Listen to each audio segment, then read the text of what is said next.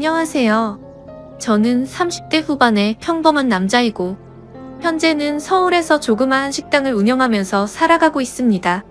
원래는 아내와 함께 행복한 미래를 꿈꾸면서 시작하게 된 음식점인데, 지금은 처제와 단둘이서 식당을 운영하고 있네요. 정말 남들에게는 결코 일어나지 않을 법한 말도 안 되는 일들이 제게 일어나게 되었죠. 사실 저는 주변 누구보다도 착하지 못한 그런 삐뚤어진 시선으로 세상을 바라보며 살아가고 있었습니다. 어릴 때부터 저는 몸이 정말 허약한 체질이었습니다. 흔히 생각하시는 약골의 얼굴도 못난 탓에 저도 모르게 학창시절 내내 왠지 모를 주변 사람들의 시선에 사람을 기피하게 되었던 거죠. 그리고 더 사람을 기피하게 된 것도 처음 짝사랑하게 된 여자에게서 너무 아픈 상처를 받게 되었습니다. 그때가 중학교 때였는데 그 당시 담임 선생님의 지시로 분기별로 3개월에 한 번씩 짝을 바꿔서 앉았었습니다. 저는 당연히 짝사랑하는 그녀와의 짝이 되기만을 항상 바래왔었고, 결국에는 제 바람대로 제게 설렘을 주던 그녀와 짝이 되었습니다. 속으로 만세를 부를 정도로 너무 기쁘고 행복했었습니다. 하지만 그건 이기적인 저 혼자만의 행복이고 생각이었더라고요. 저도 그때 당시에는 제 주제를 파악 못했었나 봅니다. 대놓고 노골적으로 저를 비난하고 무시하지는 않았지만 학교가 마칠 시간에 견출지를 건네어주다가 실수로 손이 닿고 말았습니다. 근데 얼른 피하듯이 하더니 더럽고 짜증난다는 듯이 행동을 하더라고요. 정말 그 사건으로 인해서 저는 너무 큰 상처를 받게 되었습니다. 그날 이후로 성인이 되어서까지 트라우마로 인해서 30 초반이 될 때까지 여자에 대한 거부감으로 단 한 번의 연애도 하지를 않고 살았죠. 물론 여자를 만날 수 있는 기회가 없지는 않았습니다.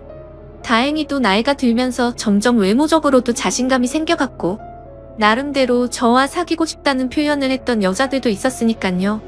하지만 기억 속에 그 일 이후로부터 제 마음은 너무 굳게 닫혀서 열릴 생각을 하지 못했던 거죠. 아무튼 저는 몇 년 전까지만 해도 그냥 이렇게 편하게 혼자 살아가려고 했었습니다. 직업에 대한 자부심도 있었고 굳이 결혼에 대한 필요성도 느끼지를 못했었거든요. 남들처럼 집안이 화목하거나 그렇지도 못해서 가족에 대한 중요성도 와닿지 못했었고, 요즘에는 일부러 결혼을 하지 않고 살아가려는 사람들도 많은 시대라고 생각했습니다. 아무튼 미래에 대한 생각도 별로 없었고 그냥 그저 그런 하루하루를 지내고 있던 어느 날이었습니다. 월요일 무거운 몸을 이끌고 회사로 출근을 했습니다. 그런데 사무실에 집기 하나도 빠짐없이 텅텅 비어 있더라고요. 5년 동안 다니던 회사였기에 이게 무슨 일인가 싶어서 진심으로 꿈을 꾸는 건가 라는 생각으로 머리가 멍했고 망치로 얻어맞은 기분이었습니다. 황당해서 뭐지 싶은 마음에 전화기를 꺼내는데 뒤이어 직원들이 하나둘씩 출근을 하더라고요. 사태 파악을 하고 봤더니 사장이 기어코 직원들의 임금도 다 떼먹고는 야반 도주를 했던 거였습니다. 그 당시에 저희 회사는 인테리어를 하는 회사였는데 솔직히 이 업계가 많이 불안한 건 맞았죠. 하지만 5년이란 시간 동안 동거동락했던 제게 말 한마디 없이 이렇게 도망가 버리다니 너무 충격적이었고 세상이 무너지는 기분이었습니다.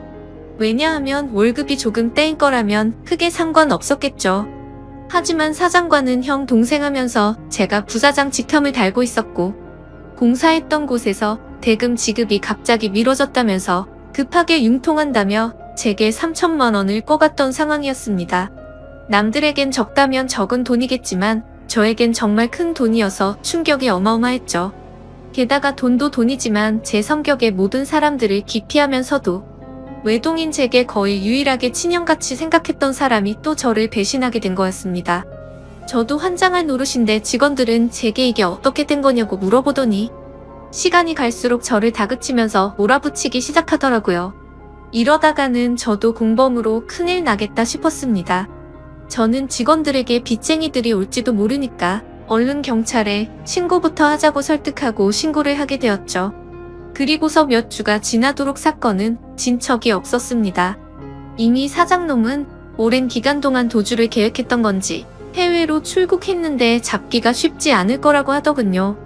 너무나도 절망적이어서 하늘이 무너지는 기분이 들었습니다. 그래서 이렇게 있다가는 큰 사고라도 치겠다 싶어서 저는 무작정 지갑만 챙겨서 제주도로 향했습니다. 그냥 모든 걸 다 잊고 싶었고 전 재산을 날린 것도 아니니까 차근차근 다시 시작하면 되겠지라는 마음을 가지려고 애를 썼습니다. 아무튼 그렇게 저는 제주도에서 가장 외진 곳에 위치한 펜션에서 숙박을 하게 되었죠. 사실 그때는 아무리 마음을 차분하게 먹으려고 애써봤지만 도저히 정신이 온전할 수가 없더라고요. 결국 기분이 너무 심란해서 생애 처음으로 펜션에서 숯불 바비큐를 준비하고는 소주만 연신 들이부으면서 청승맞게 혼자서 술을 마시고 있었습니다. 그런데 갑자기 옆에서 조용히 저기요 라며 저를 부르더군요. 저는 갑자기 들린 여자 목소리에 어버버대면서 깜짝 놀라고 말았죠. 그 모습을 보더니 여자 2명이 저를 쳐다보면서 제가 놀라는 모습이 웃겼던 건지 웃음을 겨우겨우 참아가면서 저를 보고 있더라고요. 너무 민망해서 얼버무리면서 대답을 했더니 자기네들이 해녀 체험을 하고 왔는데 둘이 먹기에는 너무 많고 버리기엔 아깝다면서 혹시 해산물 좋아하면 좀 나눠줄까요? 라고 물어보더라고요. 저는 여자랑 대화를 하는 것조차 너무 소심했던 성격인지라 그녀의 눈도 마주치지 못하고 생각이란 필터를 거치지도 못하고 감사합니다 라고 대답을 해버렸습니다. 아무튼 그렇게 나눠준 해산물도 같이 구우면서 주위를 둘러봤더니 펜션에 묵는 사람들이 저와 그 2 여자밖에 없는지 엄청나게 조용하더라고요. 뭔가 뻘쭘하게 혼자서 소주를 마시면서 먹고 있는데 제가 해산물을 줬던 여자가 말을 걸더라고요. 제주도에 혼자 여행 오신 거냐며 너무 낭만적인 것 같다고 하면서 혼자 심심하시지 않냐고 괜찮으면 자기네들이랑 같이 마시는 거 어떻겠냐고 묻더라고요. 평소에 저였다면 절대로 합석은 꿈도 꾸지 못했을 겁니다. 그런데 솔직히 말해서 어릴 적 짝사랑했던 여자 이후로 처음으로 제 눈에 너무 쏙 들어오는 여자였습니다. 그리고 술도 많이 마셔서 조금 취한 상태였기에 어디서 나온 용기였는지 그러자고 대답을 하게 되었죠. 그렇게 그녀들과 저는 합석을 해서 함께 술을 마시게 되었고 이야기를 들어보니 그 둘은 친자매였고 어제 숙소에 도착을 했고 일주일간 머물다가 간다고 하더라고요. 저도 열흘 정도를 예약한 상태라고 했더니 잘 됐다면서 그러면 지내는 동안 잘 지내보자고 먼저 손을 건네더군요. 저는 너무 숙맥처럼 쭈뼛거리며 손을 마주 잡고 인사를 했고 술이 취하면 취할수록 2 자매와 저는 재미난 이야기들을 하게 되었습니다. 그때 드는 생각이 저도 모르게 말로 나와버렸습니다. 사실 혼자서 괴로움을 삭히려고 왔는데 혼자 있을 때는 더 괴롭더니 지금은 괴로운 게 다 잊혀지고 너무 즐거운 것 같다고 말했습니다. 그러자 언니였던 제 이상형의 그녀는 무슨 일이냐고 제게 물어봤고 저도 모르게 그동안의 고충을 푸념하듯이 얘기를 하고 말았죠. 그런데 그런 지루하고 재미없는 얘기인데도 불구하고 그녀는 너무 진지하게 저를 똑바로 쳐다보면서 이야기를 들어주고 진심 어린 조언을 해주더라고요. 생전 처음으로 느껴보는 친절함에 저는 너무 행복했고 설레었습니다. 그렇게 꿈처럼 행복했던 시간을 보내다가 자리를 끝마치게 되었죠. 다음날 저는 전날 있었던 일에 민망해져서는 만나면 인사를 먼저 건네야 하나? 아니면 아는 척을 하지 말아야 하는 건가 온갖 생각과 고민을 했었습니다. 그러나 그런 고민들이 무심하게도 밖에 담배를 피러 나갔더니 그녀는 반갑게 저를 보고 웃으며 인사를 하는데 심장이 쿵 하고 내려앉는 것 같았죠. 여행하러 와서는 하루 종일 주무시냐며 인사를 건네는데 저도 어색한 인사로 답을 했습니다. 그러더니 오늘 우리 같이 밥 먹으러 가기로 한 거 잊었냐면서 묻더라고요. 저는 취한 나머지 해선 안 될 짓을 했구나 싶었고 괜히 여행 방해되고 싶지 않다며 어제 했던 말은 잊으라고 말하며 재밌게 여행을 즐기라고 했죠. 하지만 그녀는 끝내 고집을 피우더니 결국 그날 하루 종일 2 자매와 저는 여행을 함께 보내게 되었습니다. 그러다 보니 자연스럽게 그녀들과 저는 같이 붙어 다니며 매일같이 여행을 함께 즐기게 되었고 정말 꿈만 같던 시간은 너무 순식간에 지나가 버리더군요. 그렇게 2 자매의 마지막 날이 되었습니다. 솔직히 좀 많이 서운하더라고요. 고작 며칠밖에 안 되는 시간 동안 저는 그녀에게 더욱 빠져들었고 마지막 인사를 건네는데 저는 도저히 용기가 나지 않았습니다. 그때 그녀는 갑자기 제게 포옹을 하면서 덕분에 즐거운 여행이었다고 말을 건네주더군요. 너무 외롭게 살아오던 저는 순간적으로 마음이 울컥해서 눈물이 날 뻔했습니다. 그렇게 그녀들을 떠나보내고 혼자서 남은 여행을 보내는데 이건 도저히 여행이 아니다 싶더라고요. 행복한 시간들이 끝나고 나서 또다시 괴로움이 시작된 건 아니었습니다. 오히려 그녀와 지낸 시간들 덕분에 괴로움은 이미 잊은 지 오래였고, 그녀를 또다시 보고 싶다는 생각이 너무 간절해지더라고요. 그래서 저는 인생을 살면서 가장 큰 용기를 내게 되었죠. 평생 혼자서 살다가 연애는 꿈에서조차 생각 못하던 제가 그녀와 함께 행복한 시간을 갖고 싶었습니다. 집으로 돌아온 저는 진짜 하루 종일 고민을 하다가 용기를 내서 그녀에게 전화를 걸었습니다. 어두침침한 제 성격과는 다르게 그녀는 반갑다는 듯이 밝게 전화를 받아주었습니다. 저는 조심히 잘 가셨는지 해서 연락드렸다고 하니까 그녀는 그렇지 않아도 조심히 여행 잘 마쳤는지 궁금했다고 되물어 봐주더군요. 그렇게 몇 마디를 주고 받게 되었고, 어차피 제가 말을 잘하는 편도 아니었기에 단도직입적으로 말했습니다. 제가 주말에 서울에 일이 있어서 가게 됐는데 시간 괜찮으면 밥이나 먹을까요? 라고 물어봤습니다. 그러자 잠깐의 고민도 없이 그녀는 그러자고 대답을 했고, 약속을 잡은 뒤에 통화를 끊게 되었죠. 얼마나 긴장을 했던 건지 손이 떨리고 등에 땀이 흘러내릴 정도였습니다. 며칠 뒤에 약속 시간에 그녀와 다시금 만나게 되었고, 행복한 시간은 또 다시 순식간에 흘러가더라고요. 그날은 그냥 정말 보고 싶다는 생각이 갔던 거지 고백을 하려거나 그런 마음은 전혀 없었습니다. 하지만 마지막으로 들어간 와인바에서 와인을 마시다 보니 또 헤어지는 게 너무나 슬프더군요. 저는 그녀에게 앞으로도 계속해서 보고 싶다고 말했습니다. 그러자 그녀는 다른 여자들과 달리 제 마음을 알아줬는지 더 이상은 떠보지 않았고 제 손을 잡아주더라고요. 그렇게 제 인생에서 가장 사랑하는 그녀와 저는 연인이 되었고, 남들에겐 힘들다고 하던 장거리 연애가 제게는 너무나 행복한 나날이었습니다. 아무리 멀다 한들 그녀를 매주 볼 수 있다는 건 제게는 너무 과분한 일이었죠. 우리는 그렇게 행복한 연애를 3년간 이어갔고, 그녀 덕분에 저는 과거와 비교하면 너무나도 정반대의 사람이 되어 있었습니다. 새로운 직장에서 사람들과 웃으면서 대화도 잘 이어갔고, 성실하고 착한 그녀를 따라서 보아원의 봉사활동을 다녔는데 제 마음이 너무 평온해지는 걸 느꼈습니다. 하루하루가 너무 행복해졌고, 이렇게 살아갈 수만 있다면 가정이라는 걸 꾸려서 평생을 행복하게 지내고 싶다라는 생각이 들더라고요. 저는 그렇게 달라진 제 스스로에게 결심을 하고 그녀에게 청혼을 하였습니다.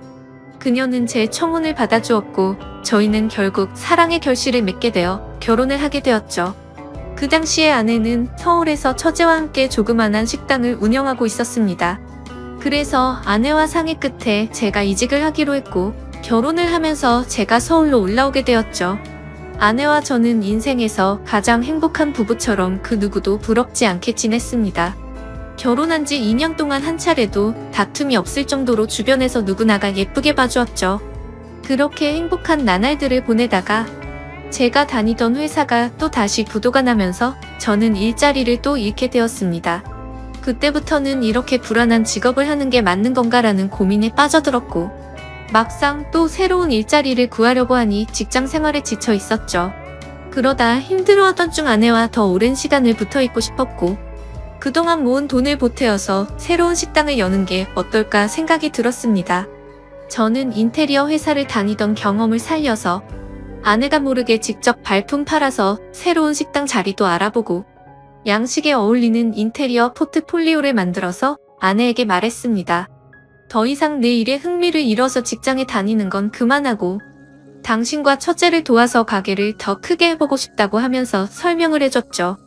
한참 아무 말 없이 지켜보던 아내는 제 선택을 존중해주면서 그러자고 했고, 그날부터 저와 아내 그리고 처제는 새로운 식당을 열기 위해서 분주하게 준비를 했습니다. 결국 저희는 나름 작지만 예쁜 식당을 열게 되었고, 기대 이상으로 식당은 장사가 잘 되었습니다. 제 선택에 있어서 정말 많이 불안했고 걱정도 많았는데 이렇게 행복해도 되나 싶었죠. 아내도 솔직히 오랫동안 해오던 가게를 옮기는 게 불안했고 무서웠는데 저 하나만을 믿고서 그 큰 결정을 바로 내려줬던 걸 알게 되었습니다.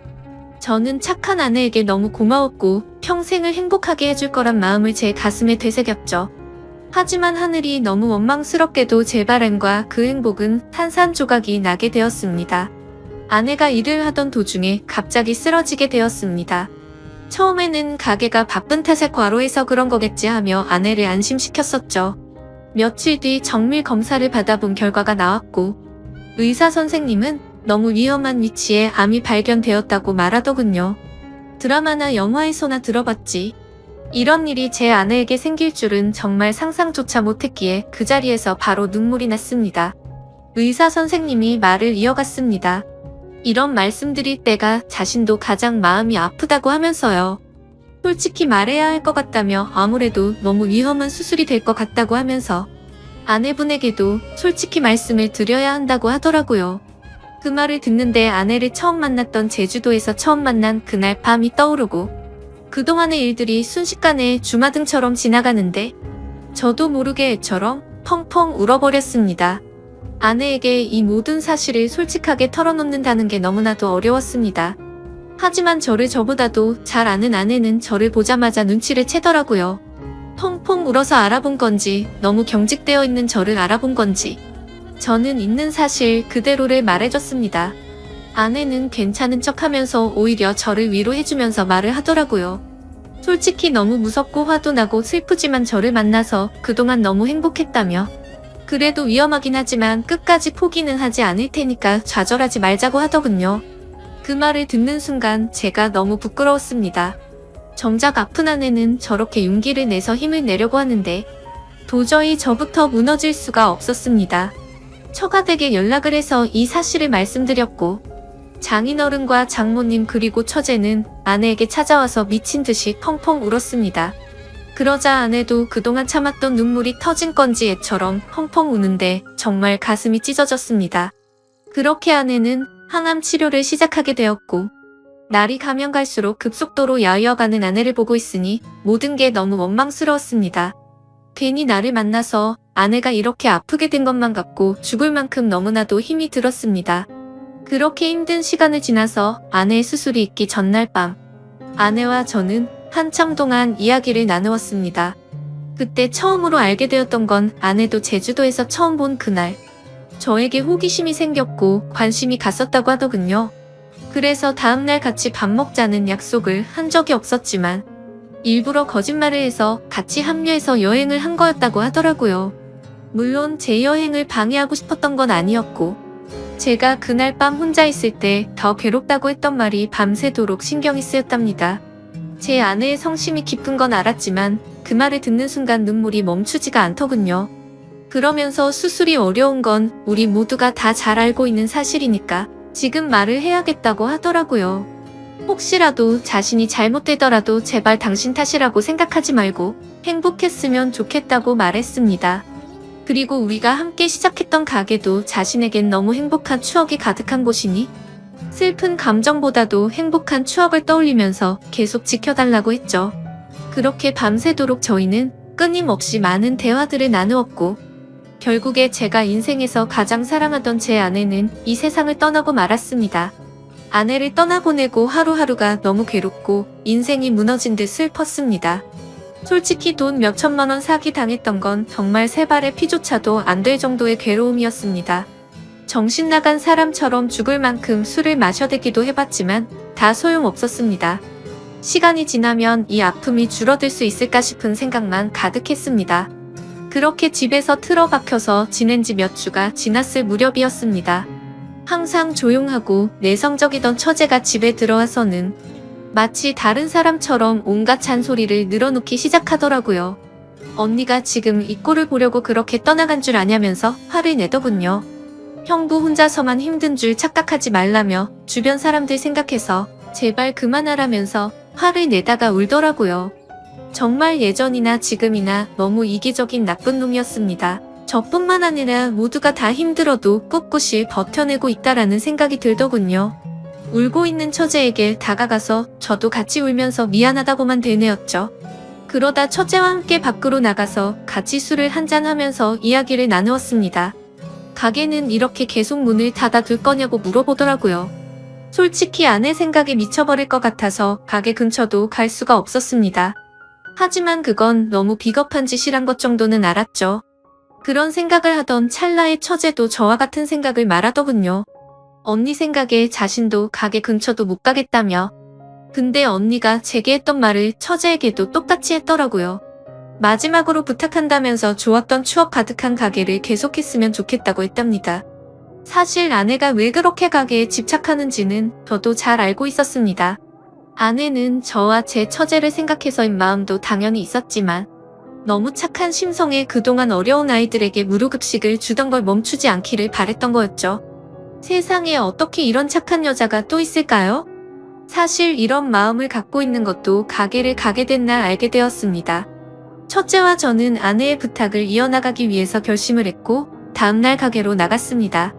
몇 주간 비워져 있던 가게임에도 불구하고 구석구석 너무 깔끔하게 청소가 다 되어 있었습니다. 그리고 그곳에 놓여져 있던 편지가 있었죠.